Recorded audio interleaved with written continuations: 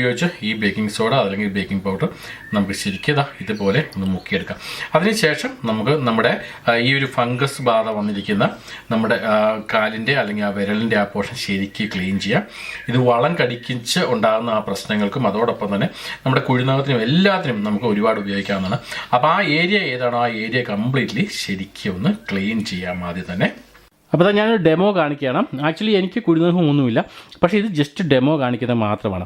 അപ്പോൾ നമുക്ക് എക്സാമ്പിളായിട്ട് നമുക്ക് ഇതുപോലുള്ള വിരലിലാണ് കുഴിനഖം അതല്ലെങ്കിൽ വളം കടിക്കുന്നതൊക്കെ ആ പ്രശ്നങ്ങളെല്ലാം ഉണ്ടെങ്കിൽ ആ ഒരു വിരൽ കംപ്ലീറ്റ്ലി ഈ ഒരു പഞ്ഞി ഉപയോഗിച്ച് ശരിക്ക് ക്ലീൻ ചെയ്യുക. ഇതുപോലെ ശരിക്ക് തൂക്കുക. അതെന്താണെന്ന് വെച്ചാൽ ഈ പോർഷൻ ശരിക്ക് ഹൈജീൻ ആകണം. എങ്കിൽ മാത്രമേ നമ്മൾ ഉപയോഗിക്കുന്ന ഈ വിക്സ് കൊണ്ട് പ്രയോജനമുണ്ടാവുകയുള്ളൂ.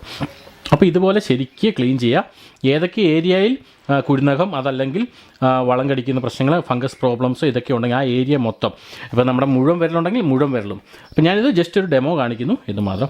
അപ്പോൾ ഇതുപോലെ ശരിക്ക് ക്ലീൻ ചെയ്യുക. അതായത് ഈ ബേക്കിംഗ് സോഡയും ബേക്കിംഗ് പൗഡർ എന്ന് പറഞ്ഞാൽ ശരിക്ക് ക്ലീനിങ് ഏജൻറ്റാണ്.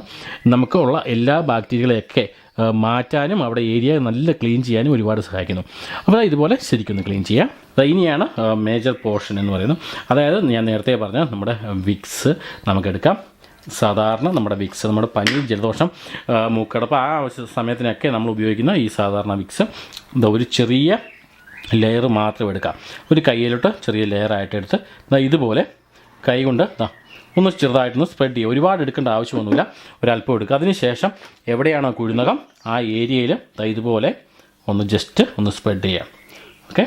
അപ്പോൾ കുഴിനഖം അല്ലെങ്കിൽ ഞാൻ നേരത്തെ പറഞ്ഞ വളം കടിക്കുന്നത് അങ്ങനെ എവിടെയൊക്കെ ആ പ്രശ്നങ്ങളുണ്ടോ അവിടങ്ങളിലൊക്കെ ഇതുപോലെ ചെറുതായിട്ട് എടുത്താൽ മതി. ഒരുപാട് എടുക്കേണ്ട ആവശ്യമൊന്നുമില്ല.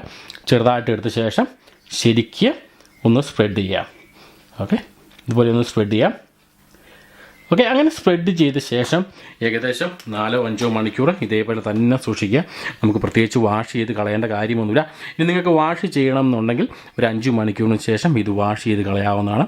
അങ്ങനെ ഒരാഴ്ചയിൽ 2-3 തവണ നിങ്ങളൊന്ന് റിപ്പീറ്റ് ചെയ്ത് കഴിഞ്ഞാൽ നിങ്ങളുടെ കാലിൻ്റെ ഇവിടെയുള്ള വളങ്കടി അതല്ലെങ്കിൽ മറ്റുള്ള ഫംഗസ് ഈ പറഞ്ഞ പോലെ കുഴിനഖം ഇതെല്ലാം നമുക്ക് ഈസി ആയിട്ട് മാറ്റിയെടുക്കാൻ സാധാരണ നമ്മുടെ എല്ലാവരുടെയും വീട്ടിലുള്ള ഈ വിക്സ് കൊണ്ട് ഈസി ആയിട്ട് സാധിക്കും. അപ്പോൾ കണ്ടുള്ള ഈ ഒരു മാർഗ്ഗത്തിലൂടെ സാധാരണ നമ്മുടെ വിക്സ് ഉപയോഗിച്ച് നമുക്ക് ഈസി ആയിട്ട് നമ്മുടെ കുഴിനഖം അല്ലെങ്കിൽ വളം കടിക്കുന്ന ഈ ബാക്ടീരിയ ഈ ഫംഗസ് പ്രശ്നങ്ങളെല്ലാം നമുക്ക് ഈസി ആയിട്ട് അവോയ്ഡ് ചെയ്യാൻ സാധിക്കും.